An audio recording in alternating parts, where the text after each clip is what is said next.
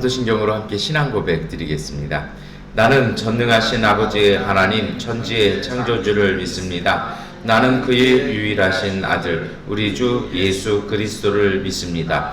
그는 성령으로 잉태되어 동정녀 마리아에게서 나시고 본디오 빌라도에게 고난을 받아 십자가에 못 박혀 죽으시고 장사된 지 사흘 만에 죽은 자 가운데서 다시 살아나셨으며 하늘에 오르시어 전능하신 아버지 하나님 우편에 앉아 계시다가 거기로부터 살아있는 자와 죽은 자를 심판하러 오십니다. 나는 성령을 믿으며 거룩한 공교회와 성도의 교제와 죄를 용서받는 것과 몸의 부활과 영생을 믿습니다. 아멘. 찬송가 510장 찬송 드리겠습니다. 하나님의 진리 등대 길이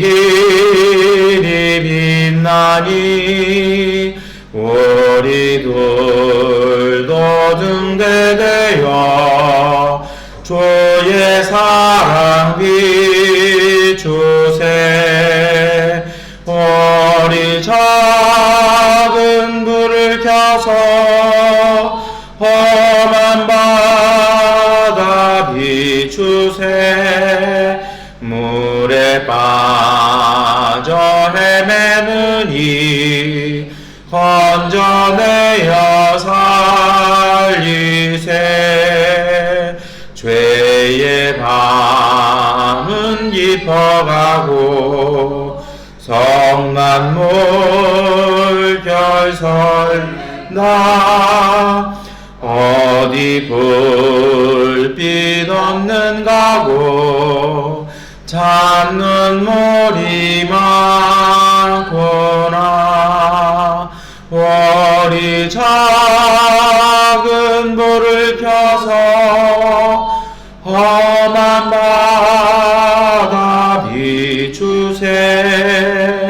물에 빠져 헤매느니 건져내어 살리세. 너의 동불도 두어라. 거친 바다 비춰라. 빛을 찾아 헤매느니 생명선에 건져라. 우리 작은 불을 켜서 험한 바다 비추세. 물에 빠져 헤매느니 건져내어 살리세. 아멘. 요한복음 15장 26절부터 16장 4절까지의 말씀 세번역번 성경으로 함께 읽겠습니다. 내가 아버지께로부터 너희에게 보낼 보혜사 곧 아버지께로부터 오시는 진리의 영이 오시면 그 영이 나를 위하여 증언하실 것이다. 너희도 처음부터 나와 함께 있었으므로 나의 증인이 될 것이다. 내가 너희에게 이 말을 한 것은 너희를 넘어지지 않게 하려는 것이다. 사람들이 너희를 회당에서 내쫓을 것이다. 그리고 너희를 죽이는 사람마다 자기네가 하는 그러한 일들이 하나님을 섬기는 일이라고 생각할 때가 올 것이다. 그들은 아버지도 나도 알지 못하므로 그런 일들을 할 것이다. 내가 너희에게 이 말을 하여 두는 것은 그들이 그러한 일들을 행하는 때가 올 때에 너희로 하여금 내가 너희에게 말한 사실을 다시 생각나게 하려는 것이다. 또 내가 이 말을 처음에 하지 않은 것은 내가 너희와 함께 있었기 때문이다. 아멘. 네, 그 요한복음 15장 말씀 우리가 한 2주간에 걸쳐서 이렇게 나눠서 이렇게 말씀을 읽었었는데요. 오늘 말씀은 이제 그 마지막 부분에 해당하는 말씀입니다. 오늘 말씀이 좀 무거워요. 예, 뭐냐면 예수 믿으면 고난받을 것에 대한 말씀을 하시고요. 또 더 힘든 건 뭐냐면 그렇게 박해하는 사람들의 논리가 있다라는 거예요. 뭐냐면 그것이 하나님을 위한 일이라고 생각하고 박해한다라는 것입니다. 이 말씀은 정확하게는요, 예수님께서 제자들이에게 하신 말씀보다는 예수님이 승천하신 다음에 초대 교회에게 하신 말씀이라고 보시는 것이 더 적당합니다. 예수님이 승천하신 다음에 제자들과 그 초대 교회가 고난과 박해 가운데 있으면서 이 말씀이 기억났을 것입니다. 그래서 그 당시 세계가 좀 그랬어요. 세상에 예수 믿는 사람은 작았습니다. 그래서 너무 작아서, 그리고 또 세상과는 다른 이야기를 하기 때문에 세상에 미움받던 시절이었습니다. 그러니까 굉장히 억측이 많았죠. 저 예수 믿는 사람들은 그 성찬식 때문에 아이를 잡아서 먹는다, 이렇게 식인하는 게 예배다, 이런 오해도 생겼고 이래요. 그렇게 된 이유 중에 하나가 여러 가지 있겠습니다만 그 로마 제국의 통치나 그런 것들을 따르지 않았다라는 것입니다. 세상이 그래요. 세상에 특별히 로마 제국 같은 경우에는 로마 시민권을 가진 사람들의 이익과 권리를 보장해 주는 것이 통치의 근본입니다. 그런데 세상이 그렇거든요. 어디에서 무엇인가 이익이 난다라는 것은 반드시 어디에선가는 손해가 난다라는 게 시장의 법칙이고, 그래서 누군가에게 공평한 상태에서 내가 이익을 갖는 건 어려워요. 그런데요, 누군가에게 손해를 끼치게 하는 건 쉬워요. 그렇게 되면 부산물로 이익이 돌아오게 되는 것입니다. 그러니까 로마 제국의 통치가 그런 상황에서 서로 사랑하고 섬기고 나누고 돌보시는 것이 신의 뜻입니다라고 얘기하면 제국이 좋아할 리가 없는 거죠. 제국의 통치에 아주 반하는 거거든요. 그러니까 어떻게든 잡아서 없애야 되는 것이죠. 그런 세상 속에서 예수 믿는다라는 것은요, 어떤 걸 전제로 합니까? 정말 박해나 고난을 전제로 하고 믿어야 되는 것을 각오해야 했던 것입니다. 근데 예전에 저희가 학교 다닐 때 그랬던 것 같아요. 총학생회를 한다라는 건 수배당해서 감옥에 갇혀갈 걸 각오하고 그 자리에 올라가는, 그래서 아들이 총학생회장에 딱 되고 나면 부모님들이 며칠간 대성통곡을 했다라는. 그런데 어느 순간 시대가 바뀌었습니다. 제가 학교 다닐 때쯤에는 그랬던 시대와는 다르게 아들이 총학생회장이 되면 집 한 채 사는 세상으로 바뀌어버린, 뭐가 좀 이상하게 굴절된 세상인 거죠. 그러니까 옛날에 그랬던 것 같아요. 뭔가 좀 똑똑하고 바르게 살려고 하면 뭐를 각오하고 사는 겁니까? 고생할 거 각오하고 살아야 했던 시대하고 똑같다라는 것입니다. 그런데 그 시대를 향해서 예수님께서 미리 말씀을 해주셨다는 거죠. 그래서 그 말씀을 기억한 초대교회는, 그 신앙은요, 정말 예수 믿는다라는 것이 단순히 종교를 바꾸는 신앙의 어떤 변경이 아니라 그것은 우리 집안이 풍지박산 날 걸 각오하고 믿었다라는 거예요. 그러니까 그거를 곧 믿음을 선택했다라는 건 고난을 선택했던 것과 또 같았다라는 것입니다. 그런데 우리가 잘 읽어보셔서 아시지만 교회는 그것을 선택했고 그 고난과 핍박과 박해 가운데서도 오히려 숨어 있으면서도 더 적극적으로 나가서 전도하고 선교했다라는 것입니다. 그래서 그들이, 어떤 분들은 그런 말씀하시는 것도 있어요. 그런 핍박과 박해를 견뎌내는 힘이 전도와 선교에서 왔다. 그래서 그 전도와 선교의 열심으로 그 고난과 핍박과 박해를 견뎌냈다. 뭔가 이렇게 긍지가 생기고 하는 일이 있으니까 거기서 위로를 받았다. 이렇게 설명하시는 분도 제가 보았습니다. 그런데 그건 아닌 것 같아요. 그건 좀 잘못 이해한 것 같고요. 그것이 아니라 그들은 전도하려는 마음, 선교하려는 마음도 있었겠죠. 그런데 정말 본질은 뭐냐면 그냥 예수님의 가르침에 충실했던 것입니다. 정말 예수님의 가르침대로 사는 것 때문에 핍박을 받고 박해를 받지만 그 속에서도 예수님의 가르침에 충실했던 것입니다. 하나님의 뜻에 충실했던 것이에요. 그렇게 충실하니까, 그렇게 복음의 삶을 살아가니까 그들의 삶 속에서 정말 성령이 주시는 놀라운 은총이 나타나고 기적이 나타나고요. 그 속에서 기쁨이 생겨난 것이죠. 그것이 외부에서 봤을 때는, 결과론적으로 봤을 때는 그들이 베풀어내는 능력이나 그들의 선행, 그들의 사랑을 통해서 오히려 그들을 때리고 핍박했던 사람들이 감동을 받아서 예수 믿게 되는 전도와 선교의 열매가 시작되었다라는 것입니다. 여러분, 이것이 사실은 요한복음 15장과 16장에 담겨져 있는 뜻일 것입니다. 그런데 여기에서 한 가지 조금 더 생각해 보셨으면 좋겠습니다. 우리 시대는 어떠냐라는 것입니다. 특별히 우리 한국에서는 교회가 핍박받을 일은 별로 없습니다. 물론 핍박받는다고 방송에 나와서 떠드시는 분들은 계세요. 왜냐하면 자기 교회 알박기 해놓고서 보상금 작다고 핍박받는다라고 이렇게 재판 걸으시는 분도 봤습니다. 그리고 거기에 가서 얼굴 비추는 목사님들도, 정치하시는 분들도 많이 본 것 같습니다. 다시 말해서 제가 말씀드리고 싶은 건 이거예요. 한국 사회 속에서나 또 우리가 사는 미얀마도 그렇게 교회를 핍박하지는 않아요. 그런데 그거보다 더 무서운 건 뭐냐면 지금은요, 불신받는 사회가 돼버렸다라는 것입니다. 만일 예수님이 이 요한복음 15장과 16장의 말씀을 우리 시대에 다시 하신다라면 저는 그렇게 생각할 것 같아요. 그 시대 때는요, 초대교회 때는 세상에 그 불신에 대해서 예수님 말씀하셨다면 오늘 우리 시대 때는 예수님께서 교회의 배신에 대해서 얘기하실 것 같다는 생각을 합니다. 왜 그러냐고요? 오늘 예수님도 그 말씀하시잖아요. 교회를 핍박하는데 핍박하는 것이 하나님의 뜻인 줄 안다라는 것입니다. 오늘 우리도 그래요. 우리가 교회 안에서 잘못 행해지는 것들이 있잖아요.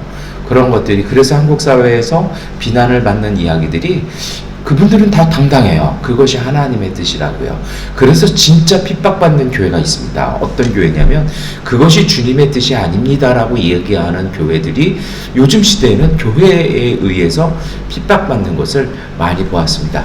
저는 제 선배가요, 저희 교단에서 제 2년 선배까지 20명이 목사직에서 쫓겨나는 걸 봤습니다. 이유는 뭐냐면 교단이 정치화되는 것에 대해서 이의를 제기할 때마다 목사직 정직을 총회 자리에서 선포당하는 것이죠. 그래서 더 이상 발언하시면 교단에서 파문입니다 하면은 제가 발언하겠습니다 하면서 그 교단에서 쫓겨나가는 모습을 전해 들었습니다.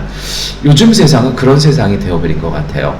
그래서 그 시대나 오늘 우리 시대나 변한 건 없습니다. 그런데 더 무서운 건 뭐냐면요, 요즘 세상은요, 그렇게 해도 별로 티가 안 난다라는 것이 사실은 더 무섭습니다. 그래서 오늘 이 요한복음 15장, 16장의 말씀을 오늘 우리가 묵상하면서 우리가 굳이 다시 고난과 핍박과 박해 속으로 들어가자, 이런 말씀을 드리고 싶지는 않습니다. 그것이 주님의 뜻은 아닐 것 같습니다. 오늘 우리 시대에 이 말씀을 읽어나가면서 우리에게 필요한 것이 있죠. 그것은 무엇이냐면 바로 진실성입니다. 오늘 예수님의 말씀 가운데도 있는 것처럼요, 정말 그것이 하나님의 뜻이냐라는 것이 오늘 우리 신앙의 초점이 되어야 할 것입니다.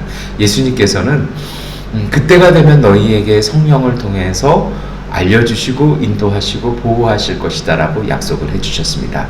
우리가 지난 3주간 말씀을 묵상했던 것 같습니다. 우리는 다시 한번 우리의 생활 속에, 우리의 예배 속에 고백해야 합니다. 주님, 제가 생각하고 제가 판단해서 결정하고 걸어가는 이 길이 정말 우리를 도우시는 성령께서 이끌어 가시는 길인지를 묻는 것이 오늘 우리의 참된 신앙 고백이 될 것입니다.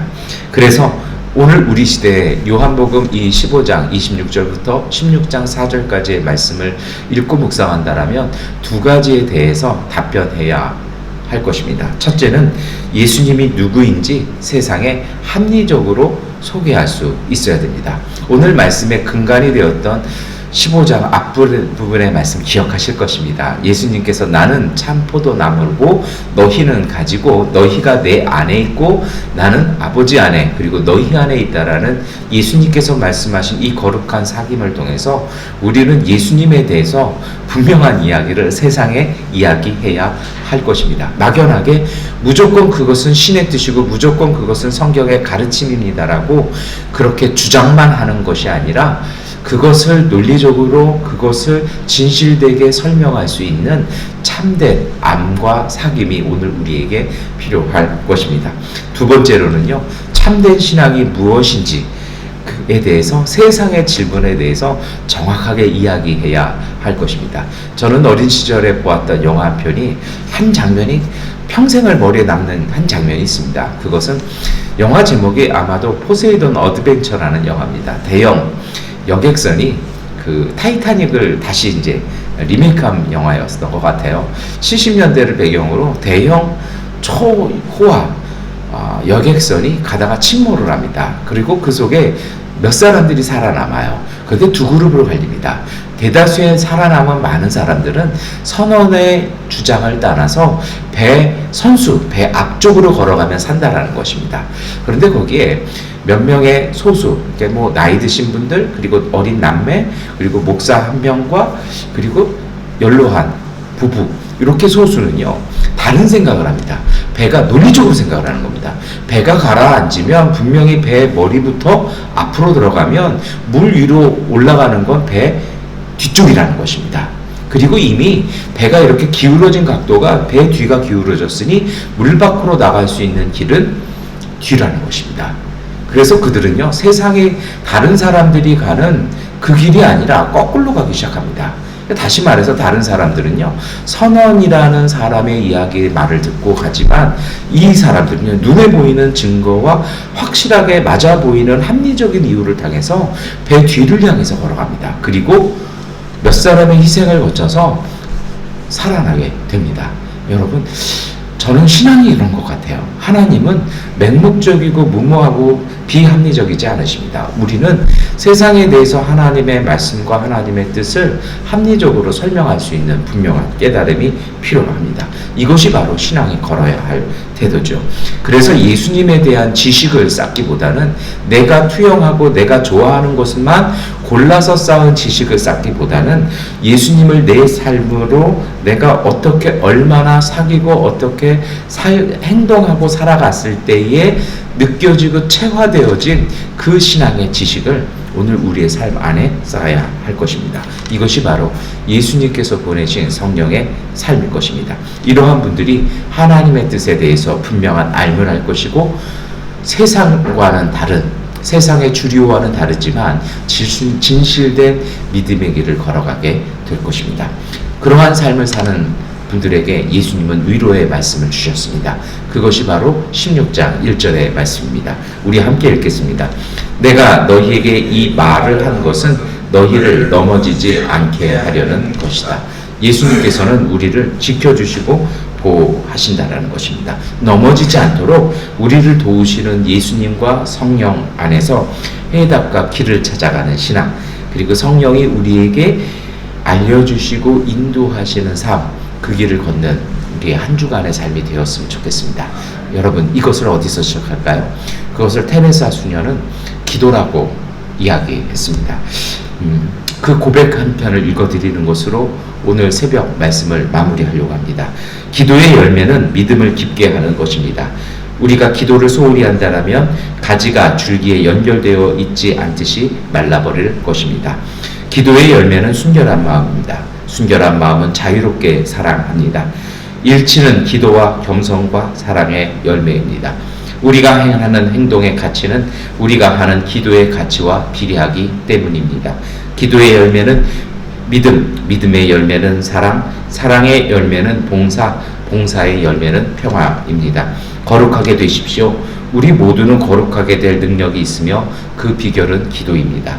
여러분이 기도할 줄 안다면 기도를 사랑하게 되겠지요. 기도를 사랑한다면 기도를 잘하게 될 것입니다. 기도가 우리의 소중하고 힘있는 무기라는 이 기쁜 소식을 우리는 온 세상에 퍼뜨립시다. 모든 것은 기도에서 시작합니다.